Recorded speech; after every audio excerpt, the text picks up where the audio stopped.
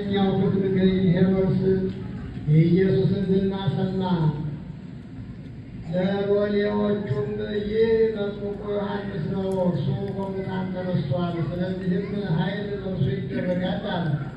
ሄሮድስ በወንድሙ በፊልጶስ ሚስት በሄሮድያዳ ምክንያት ዮሐንስን አስይዞ አሳስሮት በወህኒ አኑሮት ነበርና ዮሐንስ እርሷ ለአንተ ትሆን ዘንድ አልተፈቀደም ይለው ነበርና ሊገድለውም ወዶ ሳለ ሕዝቡ እንደ ነቢይ ስላዩት ፈራቸው።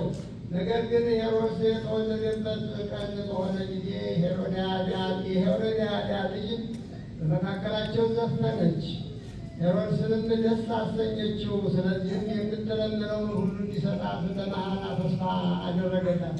እርሷም በእናቷ ተመክራ የመጥምቁን የዮሐንስን ራስ በዚህ በወጭት ስጠኝ አለችው። ንጉሡም አዘነ። ነገር ግን ስለ መሐላው ከእርሱም ጋር ተቀምጠው ስላሉት ሰዎች እንዲሰጧት አዘዘ። ልኮም የዮሐንስን ራስ በወህኒ አስቆረጠው።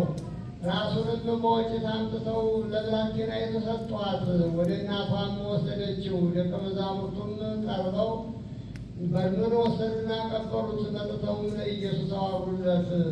ኢየሱስም በሰማ ጊዜ ከዚያ ብቻውን ወደ ምድረ በዳ በታንኳ ፈቀቅ አለ። ሕዝቡም ሰምተው ከከተማዎቹ በእግር ተከተሉት።